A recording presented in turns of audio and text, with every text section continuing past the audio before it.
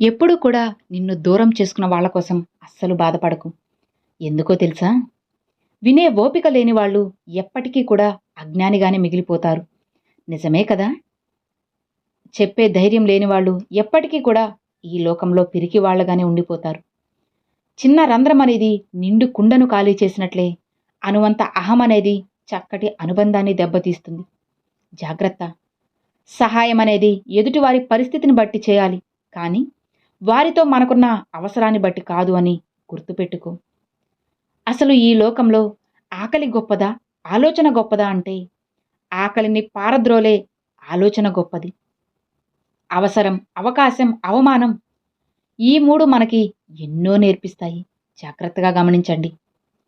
జీవితంలో ఏది సాధించాలి అన్నా ముందు ఓపికగా ఉండడం చాలా అవసరం. అలా ఉంటేనే కదా విజయాలు మనల్ని చేరుతాయి. అర్థమైందా? గుర్తుపెట్టుకో. ఎప్పుడూ కూడా ప్రతీకారం తీర్చుకోవడానికి అస్సలు ప్రయత్నించకు. ఎందుకంటే కుళ్ళిన పండు ఏదో ఒకరోజు నేలరాలక తప్పదు కదా. అర్థమైందా? జాగ్రత్త. ఈ ఒక్క విషయాన్ని అస్సలు మర్చిపోకు. నాకు సాధ్యం కాదు అనే భావనను ముందు నీ మనసులో నుంచి తొలగించుకోవడమే నువ్వు విజయం వైపు వేసే తొలి అడుగు. సరైన సమయం కోసం చూడడం కంటే ఉన్న సమయాన్ని సరిగ్గా వాడుకోవడమే మంచిది. అదే నీకు విజయాన్ని తెచ్చిపెడుతుంది. విజయ గాథలను చదివితే కేవలం సందేశాన్ని పొందుతావు, కానీ ఓడిన కథను చదివితే గెలుపుకి ఎన్నో మార్గాలను కనుగొలవు. అర్థమైందా? చెడ్డవారి దృష్టిలో తెలివి అంటే తప్పు చేసి తప్పించుకోవడం. మంచివారి దృష్టిలో తెలివి అంటే తప్పు చేయవలసిన పరిస్థితుల నుంచి తప్పించుకోవడం. అర్థమైందా? నీ మనసులోని భయమే నీ మొదటి శత్రువు. నువ్వు వేసే వెనకడుగే నీ మొదటి ఓటమి. ఆవేశంలో పరిగెత్తడం కన్నా ఆలోచనతో నడవడం ఎంతో మిన్న.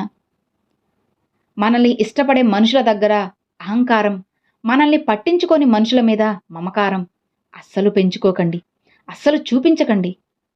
వ్యాధి లేని శరీరం, వేదన లేని మనసు ఇవి మనిషికి తరగని విలువైన ఆస్తులు. ఏ కారణము లేకుండా ఇతరులు నిన్ను విమర్శిస్తున్నారు అంటే నువ్వు చేస్తున్న పనిలో విజయం సాధిస్తున్నావన్నమాటే. ఆ కారణంగానే ఎదురయ్యే విమర్శే విజయానికి నాంది అని గుర్తుపెట్టుకో. అర్థమవుతుంది కదా? ప్రతి పనికి మాలిన వాళ్ళ దగ్గర మన మంచితనం నిరూపించుకోవాల్సిన అవసరం లేదు. మన అంతరాత్మకు మనం సమాధానం చెప్పుకుంటే సరిపోతుంది. మానవత్వం గుర్తుకు రావాల్సింది మనం గాయపడినప్పుడు కాదు, మన మాటల వల్ల, చేష్టల వల్ల ఎదుటివారు బాధపడినప్పుడు మానవత్వం అంటే ఏంటో మనకి గుర్తుకు రావాలి. పదును తగ్గిన భూమిలో పంట పండదు. నమ్మకం లేని మనిషితో బంధం నిలవదు. ఒక బంధం చివరి వరకు సవ్యంగా కొనసాగాలి అంటే ఆ బంధం మధ్య ప్రేమ కంటే ఎక్కువగా నమ్మకం ఉండాలి. అప్పుడే కదా ఆ బంధం అనేది శాశ్వతంగా నిలుస్తుంది. ఒంటరిగా కూర్చొని నీతో నువ్వు హాయిగా మాట్లాడుకో. నటించే మనుషులతో కలిసి ఉండటం కంటే ఇది 1000 రెట్లు నీకు మంచి చేస్తుంది. ఎన్నో మంచి ఆలోచనలను ఇస్తుంది. 10 మంది మిత్రులతో కూర్చొని ఒకరి గురించి చెడుగా మాట్లాడడం కన్నా ఒంటరిగా కూర్చొని ఒక మంచి పుస్తకాన్ని చదవడం ఎంతో మేలు. ఎదుటి వారితో పోటీతత్వం ఉండాలి, కానీ ఎదుటి వారిని నాశనం చేసే మనస్తత్వం అస్సలు ఉండకూడదు. ఎందుకో తెలుసా? అది ఎదుటి వారికే కాదు, నీకు కూడా ఎంతో ప్రమాదకరమని నువ్వు గుర్తుపెట్టుకో. కోపం, అనుమానం నిన్ను ఏ విషయాన్ని అర్థం చేసుకోనివ్వవు, సరైన నిర్ణయమూ తీసుకోనివ్వవు. కాబట్టి ఈ రెండిటిని వదిలేసి చూడు. జీవితం ఎంతో ఆనందంగా అవుతుంది, ఎంతో ప్రశాంతంగా ఉంటుంది. ఏ బంధమైనా సరే నమ్మకంతోనే మొదలవుతుంది, మోసంతోనే ముగిసిపోతుంది అని గుర్తుపెట్టుకో. అతిగా పూసుకుంటే గంధం కూడా ప్రమాదమే. కొన్ని బంధాలు కూడా అంతే. అతిగా ప్రేమ చూపిస్తే చివరికి బాధపడాల్సింది నువ్వే. నీపై విమర్శలు చేసిన వాళ్ళకి కృతజ్ఞతలు చెప్పు. ఎందుకంటే వాళ్ళ పనిని పక్కన పెట్టి నిన్నే గమనిస్తూ నీలో లోపాల్ని కనిపెట్టి వాటిని సరిదిద్దుకునే అవకాశం నీకు కల్పిస్తున్నారు. కాబట్టి వాళ్ళకి ఖచ్చితంగా నువ్వు కృతజ్ఞతలు చెప్పే తీరాలి. జీవితం విలువ కష్టపడితే తెలుస్తుంది, ఒకరి మీద ఆధారపడితే కాదు. ఎదుటివారు తమ తప్పును తెలుసుకోకుండా ప్రతిసారి మీదే తప్పు అని నిందించే వారికి మీరు దూరంగా ఉండడమే మంచిది. డబ్బును చూసి పుట్టే ప్రేమ ఖర్చు పెట్టేంత వరకు మాత్రమే. అందాన్ని చూసి పుట్టే ప్రేమ యవ్వనం వరకు మాత్రమే. కేవలం మనసును చూసే పుట్టే ప్రేమ మాత్రమే మరణం వచ్చేంత వరకు మనతో ఉంటుంది. అర్థమైంది కదా? నిందలు ఎన్ని వేసినా సరే నిజం ముందు నిలబడవు. ఎందుకంటే నిజమనేది నిప్పు కాబట్టి. ఆ నిప్పు లాంటి నిజం ముందు నిందలన్నిటివి అస్సలు పనికిరావు. చెట్టు సామర్థ్యాన్ని బట్టి గాలి వీస్తున్నట్లు మనిషి తన కష్టం సామర్థ్యాన్ని బట్టి ప్రతిఫలాన్ని ఆశించాలే తప్ప అతిగా ఆశకు పోతే అంతగా అది అస్సలు అతకదు. ఎవరికైనా సరే మన మాటలతో సమస్య అయితే మౌనంగా ఉండడం మంచిది. మనతోనే సమస్య అయితే దూరంగా ఉండడమే మంచిది. అర్థమైందా? విజయం పొందినప్పుడు మెండుగా వచ్చే మెప్పులు అస్సలు అవసరం లేదు. ఓటమి పాలైనప్పుడు అరుదుగా ఇచ్చే చేయూత కావాలి మనకు. చేసిన సహాయాన్ని గుర్తుపెట్టుకోకు, పొందిన సహాయాన్ని అస్సలు మర్చిపోకు. అర్థమైందా? నువ్వు కింద పడడం ఒక విధంగా మంచిది. మన స్థాయి ఏంటో మనకి తెలుస్తుంది. ఇంకా పైకి లేపడానికి ముందుకు వచ్చే చేతులను బట్టి సొంత వాళ్ళు ఎవరు, పరాయి వాళ్ళు ఎవడో కూడా మనకి అర్థమవుతుంది. ధైర్యంగా వేసే ప్రతి అడుగులోనూ భయపెట్టే విమర్శలే వస్తుంటాయి. వింటూ ఆగిపోవడమా లేక వినకుండా సాగిపోవడమా అనేది నీ అడుగులోనే ఉంటుంది. అర్థమైందా? చేతిలోకి రాకముందే దేనిపైన ఎక్కువ ఆశలు పెట్టుకోకండి. ఎందుకంటే ఇక్కడ చేతిలో ఉన్నవే శాశ్వతం కావడం లేదు. అలాంటప్పుడు వస్తాయి అని చెప్పి ఆశలు పెంచుకోవడం మన తప్పే కదా అవుతుంది. నీ జీవితంలో నిన్ను ప్రేమించే మొదటి వ్యక్తిగా నువ్వే ఉండాలి. అప్పుడే నువ్వు సంతోషంగా ఉండగలవు. ఎప్పుడూ కూడా నీకంటే పైమెట్టు మీద ఉన్న వాళ్ళని దాటుకొని పైకి చేరాలి అని నువ్వు ఆశించడంలో తప్పులేదు. కానీ నీ కింద మెట్టు మీద ఉన్న వాళ్ళు నిన్ను దాటుకొని పైకి వెళ్లకుండా తొక్కి పెట్టాలని అస్సలు ఆలోచించకండి. అలా తొక్కుకుంటూ నువ్వు ఎంత ఎత్తుకు ఎదిగినా నీ వ్యక్తిత్వం మాత్రం చివర కింద మెట్టు మీదనే ఉండిపోతుంది అని నువ్వు అస్సలు మర్చిపోవద్దు. ఎంత పీల్చినా గాలి అనేది తరిగిపోదు. ఎంత దున్నినా నేల అనేది అరిగిపోదు. ఎంత ఉరికినా నీరు అనేది అలసిపోదు. ఎన్ని ఫలాలు ఇచ్చినా సరే చెట్టు అనేది అస్సలు గర్వపడదు. కానీ ఎప్పుడు ఎలా చేస్తాడో తెలియని మనిషి మాత్రం కాస్త సంపాదించగానే చాలు తనంతటి వాడు ఈ ప్రపంచంలో ఎవ్వరూ లేరు అని ఎగిరెగిరి పడుతూ ఉంటారు. ఎంత విచిత్రమో ఒక్కసారి మీరే ఆలోచించండి. కృష్ణుడు భగవంతుడు కావచ్చు, కానీ యుద్ధం చేసింది మాత్రం అర్జునుడు. మనం నేర్చుకోవాల్సింది ఏంటో తెలుసా? భగవంతుడు దారి మాత్రమే చూపుతాడు, కానీ జీవితంతో పోరాడాల్సింది మనమే అని గుర్తుపెట్టుకోండి. చాలా కష్టమైన పనిని బద్ధకస్తునితో చేయించాలి. ఎందుకంటే వాడు ఎంత కఠినమైన పనినైనా సులువైన మార్గాన్ని కనుక్కొని త్వరగా పూర్తి చేసేస్తాడు. నిజమే కదా? జీవితం అనేది విసిరే సవాళ్లను ఎదుర్కొని నిలిచిన వాళ్ళకే విజయం అనేది సొంతమవుతుంది. జీవితం ఎలా ఉండాలి అనే ప్రశ్నకు అనేక మంది అనేక రకాల సమాధానాలు చెబుతారు.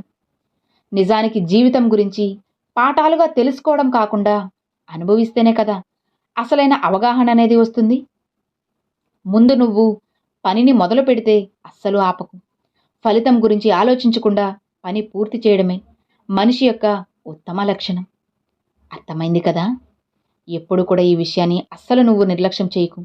మనశ్శాంతి ఇవ్వని సంపద, ఆరోగ్యం లేని ఆయుష్, అర్థం చేసుకోలేని బంధం, అక్కరకు రాని స్నేహం ఉన్నా ఒకటే, లేకపోయినా ఒకటే. నువ్వు ఒకరి వెంట పడకు. నువ్వు నీలానే ఉండు. కష్టపడి పనిచేయి. నిజాయితీగా ఉండు. అందరినీ ఆకర్షించు. నువ్వు ఒక ఉదాహరణగా ఉండు. అందరూ నీ దగ్గరికి వస్తారు. వచ్చిన వాళ్ళందరూ నీతోనే ఉంటారు. అర్థమైంది కదా? 10 రూపాయల అవసరం ఉన్న చోట తప్పదనుకుంటే 100ని మార్చు. 100 రూపాయలు ఖర్చు ఉన్నా వీలైతే 10 రూపాయలు మిగిల్చు. ఈరోజు పొదుపే కదా రేపు నీకు జాగ్రత్తగా భద్రతగా ఉంటుంది. మంచిగా, ఇష్టంగా, నిజాయితీగా మాట్లాడడం ఒక తపస్సు లాంటిది. అది అందరికీ అస్సలు సాధ్యమయ్యేది కాదు. నిజమే కదా? ఆలోచించు, నీకే తెలుస్తుంది. అబద్ధానికి అభిమానులు ఎక్కువ, నిజానికి ఈ లోకంలో శత్రువులు ఎక్కువ. రోజు ప్రారంభంలో అనిపిస్తుంది డబ్బే జీవితమని, కానీ సాయంత్రం ఇంటికి చేరినప్పుడు ప్రశాంతతే జీవితం అనిపిస్తుంది. ఎంత విచిత్రమో ఆలోచించండి. కాలగమనంలో ప్రతి వారి వ్యక్తిత్వం పరీక్షించబడుతుంది. నిలబడి నెగ్గిన వాళ్ళు రాజమార్గంలో గమ్యం చేరుతారు. తప్పించుకోవాలని చూసిన వాళ్ళు, పక్కదారి పట్టిన వాళ్ళు కొంత దూరం పోయాక ఏ దారి లేక అర్ధాంతరంగా ఆగిపోతారు. మాటలే కదా అని ఎప్పుడూ తేలిగ్గా తీసి పారేయకండి. ఎందుకంటే అవి మనుషుల మధ్య దూరాన్ని దగ్గర చేయగలవు, అదే దగ్గరను దూరం చేయగలవు. మాటలే మనిషి జీవితంలో అమృతాన్ని నింపగలవు, విషాన్ని కూడా చిందించగలవు. జాగ్రత్త. మాటల మాయ ప్రపంచంలో చాలా జాగ్రత్తగా ఉండాలి. ఉప్పుని కూరలో వేస్తే రుచి ఇచ్చింది కదా అని పాలల్లో వేస్తే పనికి రాకుండా చేస్తుంది. పదార్థాన్ని బట్టి అవసరము, పనిని బట్టి ప్రాముఖ్యత ఉంటాయి. కాబట్టి నువ్వు ఎంత గొప్పవాడివైనా నీ అవసరం లేని దగ్గర మౌనంగా ఉన్నప్పుడే నీ విలువ పెరుగుతుంది. పొరపాటున కూడా మాట ఇవ్వకు. ఇచ్చాక మాయ మాటలు చెప్పి పక్కకు తప్పుకోకు.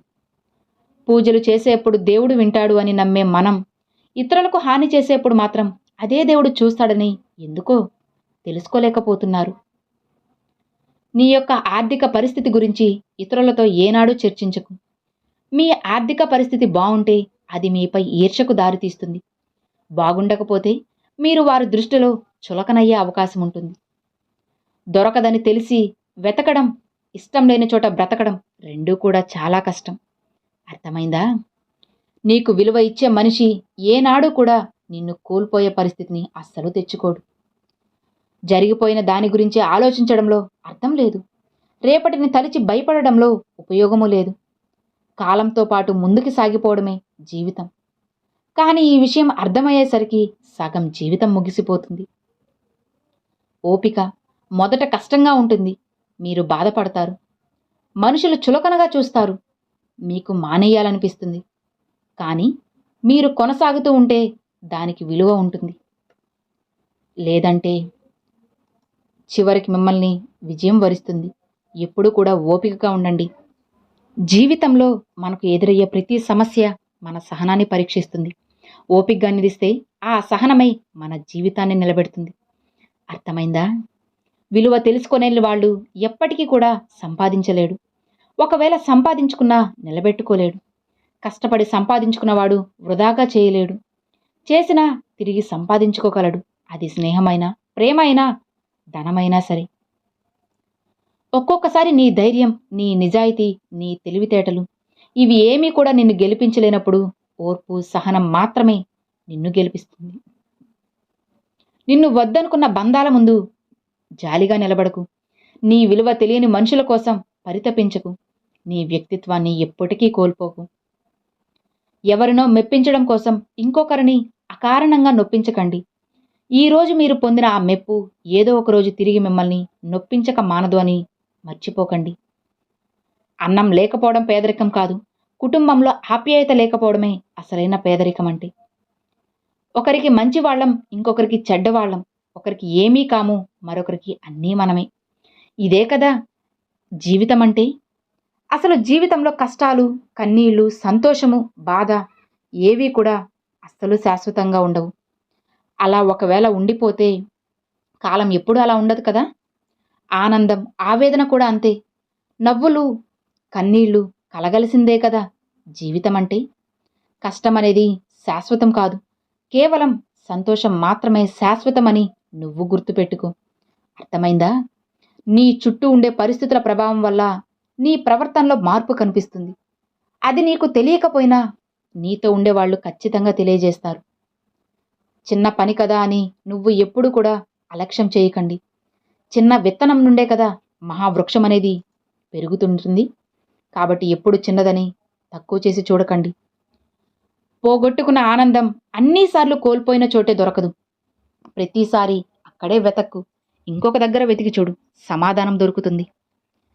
జీవితంలో ఆనందాన్ని అందించే ఒక తలుపు మూసుకుంటే మరొక తలుపు ఖచ్చితంగా తెరుచుకుంటుంది. కానీ మనం మాత్రం మూసిన తలుపు వైపే చూస్తూ మన కోసం తెరిచిన తలుపుని చూడకుండా నిర్లక్ష్యం చేస్తూ ఉంటాము. ముక్కు సూటిగా ఉన్నది ఉన్నట్టు మాట్లాడి చూడు. నీ పక్కన ఒక్కరు కూడా ఉండరు. అబద్ధాలు చెబుతూ లేనిది కల్పించి మాట్లాడి చూడు. నీ చుట్టూ ఒక పెద్ద గుంపే ఉంటుంది. నిజమే కదా? అన్నీ తెలిసినా కూడా ఏమీ తెలియని వాడిలా ఉండాలి. కొండంత తెలిసినా రవ్వంత తెలిసిన వాడిలా ఉండాలి. శక్తివంతుడిగా ఉన్నా శక్తిహీనుడిగా నటించాలి. తక్కువగా మాట్లాడాలి, ఎక్కువగా నేర్చుకోవాలి. ఇతరులకి చెప్పాలనే శ్రద్ధ కంటే తాను నేర్చుకోవాలనే శ్రద్ధ ఎక్కువగా ఉండాలి. అప్పుడే కదా నువ్వు శాంతంగా, ప్రశాంతంగా బ్రతకగలవు. అర్థమైంది కదా? ఎప్పుడు కూడా చాలా జాగ్రత్తగా ఉండు.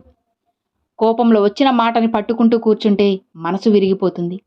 అదే ఆ కోపం వెనుక ఉన్న బాధను తెలుసుకుంటే ఆ బంధం శాశ్వతంగా నిలబడుతుంది. కావాలని దూరంగా ఉండేవాళ్ళని కదపకపోవడమే మంచిది. కారణాలతో పనేముంది? కాదనుకున్నాక నచ్చినప్పుడు మాట్లాడి, నచ్చనప్పుడు మాట్లాడకపోవడానికి మనం ఏమన్నా సరే, మనమేమన్నా టిష్యూ పేపరమా? కాదు కదా! ప్రశాంతంగా ఉన్నవాడే జీవితంలో ఏదైనా సాధించగలడు. సానుకూల ఆలోచనలు ఉన్నవాడికి ఆనందం ఎప్పుడూ కూడా నీడలా వెంటే ఉంటుంది. గెలిచి చూపించు. నీ కోసం కాదు, నిన్ను అవమానించిన వాళ్ళ కోసం కూడా కాదు, నిన్ను నమ్ముకున్న వాళ్ళ కోసం. అర్థమైందా? జీవితంలో ఎదురైన అనుభవాలు ఏదో ఒకటి నేర్పుతాయి. కానీ కొంతమంది జీవితంలో అనుభవాలు మనుషులకి దూరంగా ఉండమని నేర్పిస్తాయి. అసాధ్యాన్ని సుసాధ్యం చేయాలి అంటే సహనంతో స్నేహం చేయాలి. అంతేకాని ఆవేశంతో స్నేహం చేస్తే చివరికి అపజయాన్ని మీరు చేయించాల్సి వస్తుంది. అసలు నాకు తెలిసి ఏ దేవుడు కూడా స్వయంగా వచ్చి సాయం చేయడు. సాయం చేసేవాడే దేవుడు చేసిన సహాయమే దైవము. ఎత్తుకి ఎదగాలి అంటే కూర్చొని ఆలోచిస్తే కాదు, కష్టపడి చెమట చిందిస్తేనే సాధ్యమవుతుంది. ఇప్పుడున్న ఈ జనానికి మనం ఎలా ఉన్నా కష్టమే. మనం బావుంటే కుళ్ళుకొని చేస్తారు, చెడిపోతే ఊరంతా చాటింపు వేస్తారు. ఎంత విచిత్రమో చూడండి. మనుషులు ఎప్పుడు ఎలా ఉంటారో ఎవ్వరికీ తెలియదు. ఎప్పుడు దండాలు పెడతారో, ఎప్పుడు దండలు వేస్తారో తెలియదు. ఎప్పుడు నిందలు వేస్తారో తెలియదు. అందుకే పొగడ్తలకి పొంగిపోకూడదు, నిందలకి కృంగిపోకూడదు. జీవితంలో కొన్నిసార్లు ఒంటరిగా నడవలసిన సమయం రావచ్చు. అది కష్టంగానే ఉంటుంది. కానీ ఆ ఒంటరితనమే డబ్బు విలువ, చదువు విలువ, మనుషుల విలువ, కష్టం విలువ, జీవితం విలువ అన్నీ నేర్పిస్తుంది. అర్థమైందా? అహంకారం మమకారాన్ని ఏనాటికి ఓడించలేదు. మమకారం తన మాధుర్యంతో అహంకారాన్ని సైతం మార్చివేయగలదు. అర్థమైందా? కష్టాన్ని చూసి పారిపోయేవాళ్ళు జీవితంలో ఎప్పటికీ కూడా ఆనందంగా ఉండలేరు. ఎంత మిగిలి ఉందో తెలియకుండానే ఖర్చు పెడుతూ పోతుంటారు ఈ కాలాన్ని. కొంత సమయం ఓర్పుతో, నిగ్రహంతో వేచి చూస్తే ఎన్నో యుద్ధాలను, నష్టాలను అరికట్టవచ్చు. పడ్డవాడు ఎప్పుడూ కూడా చెడ్డవాడు కాదు అని గుర్తుపెట్టుకో. ఎదుటివాడు తగ్గుతున్నాడు కదా అని మరి అతి చేస్తే ఇచ్చే ఆ కాస్త మర్యాదను కూడా నువ్వు కోల్పోవాల్సి వస్తుంది. రాజసం అంటే నడిచే ప్రవర్తన తప్ప కూర్చునే కుర్చీ కాదని గుర్తుపెట్టుకో. అవకాశం ఆకాశం నుంచి రాదు, అరచేతి గీతలలోనూ ఉండదు. అలసిపోని గుండెల్లో ఉంటుంది, అంతులేని పట్టుదలలో ఉంటుంది అవకాశం అనేది. అర్థమైందా? బయట శత్రువుల కన్నా నీలోని బలహీనతలే నీకు బలమైన శత్రువులు. ఎంత బలమైనవంటే నీ విజయాన్ని కూడా సులభంగా అపజయంగా మార్చగలవు. కాబట్టి నీ బలహీనతలన్నిటినీ ముందు నువ్వు జయించాలి. అప్పుడే నువ్వు ఏదైనా సాధించగలవు. అర్థమైంది కదా? మనిషి ఎంత ధనవంతుడైనా సరే బాధని అమ్మలేడు కదా, మనశ్శాంతిని కొనలేడు కదా. ఆలోచించు, నీకే తెలుస్తుంది. మనిషిగా పుట్టినవాడు తప్పులు చేయకుండా, మధ్య తరగతివాడు అప్పులు చేయకుండా బ్రతకడం అస్సలు సాధ్యం కాని పని. ఎవరో నిన్ను బాధ పెట్టారని వాళ్ళు తిరిగి బాధపడాలని ఎప్పుడూ కోరుకోకు. తెలియక బాధపడితే క్షమించు, తెలిసి బాధ పెడితే తీర్పు కాలానికి అప్పగించు. నువ్వు మాత్రం ప్రశాంతంగా జీవించు. అర్థమైందా? అవసరం కోసం 2 మెట్లు దిగడంలో తప్పు లేదు. కానీ అవసరాలు తీర్చుకోవడం కోసమో, అవకాశాల కోసమో దిగజారిపోకూడదు కదా. వ్యక్తిత్వ విలువల్ని అస్సలు కోల్పోకండి. విత్తనం మంచిదైనట్లయితే మొక్క ఎక్కడైనా మొలుస్తుంది. అలానే నీ ఆలోచన మంచిదైతే ఎన్ని అడ్డంకులు వచ్చినా ఖచ్చితంగా గెలుస్తావు, గెలిచి సాధిస్తావు. ముఖంపై చేదుగా మాట్లాడేవాళ్ళు ఎప్పుడూ కూడా మోసం చేయరు. మనం భయపడాల్సిందల్లా మనతో తీయగా మాట్లాడే వాళ్లతోనే. మనసులో అసూయ పెంచుకుంటారు, సమయం వచ్చినప్పుడు మారిపోతారు. అద్దం బలహీనమైనదే కావచ్చు, కానీ నిజాన్ని చూపడంలో ఎప్పుడూ భయపడదు. నిజమే కదా? మనం పుడితే తల్లి సంతోషపడాలి, పెరిగితే తండ్రి ఆనందపడాలి, బ్రతికితే సమాజం గర్వపడాలి, చస్తే శ్మశానం కూడా కన్నీరు పెట్టాలి. ఇది అసలు సిసలైన జీవితం అంటే. చచ్చిన చేప మాత్రమే నీటి ప్రవాహంలో వెళ్తుంది. బ్రతికున్న చేప నీటికి ఎదురెళ్తుంది. నీ దారి ఏమిటో, నీ స్థితి ఏమిటో నువ్వే తెలుసుకో. మిమ్మల్ని దూరం చేసుకున్న వాళ్ళ కోసం అస్సలు బాధపడకండి. అసలు ఆ బాధపడాల్సింది మీరు కాదు. ఇంత మంచి మనిషిని వదులుకున్నా వాళ్ళు బాధపడాలి. అర్థమైంది కదా! జాగ్రత్తగా ఉండండి. ధైర్యాన్ని మాత్రం అస్సలు కోల్పోవద్దు.